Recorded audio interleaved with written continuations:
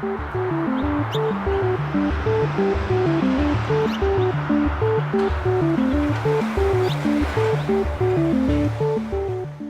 I'm Kirk Colvin. I teach the AERO 409 flight test class here at Cal Poly.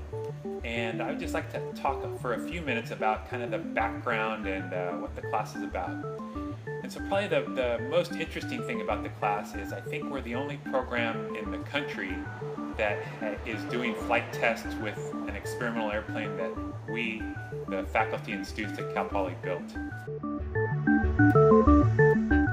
It was a pretty interesting process, but it started in about 2002. And after a few years of kind of starts and stops and halts, it kind of set for a couple years. And then about 2007, we made a real concentrated effort, and in 6 months, we knocked it out.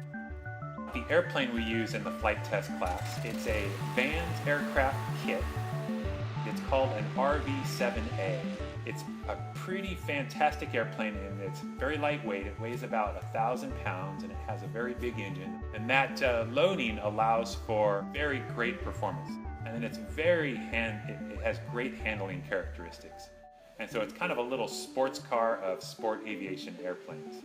And it's just a super airplane exactly for the purpose we're trying to get in this class, which is studying the performance and the characteristics of general aviation airplanes.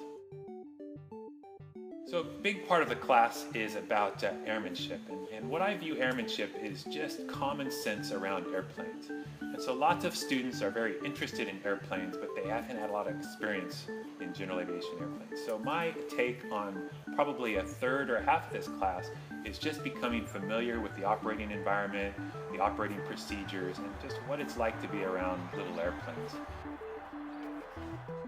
We start the class with a calibration of the pitot-static tube, the pitot-static system, and so it calibrates to make sure that what the system says we're flying, that's the actual airspeed we are flying. So that was the first task that we all went through together.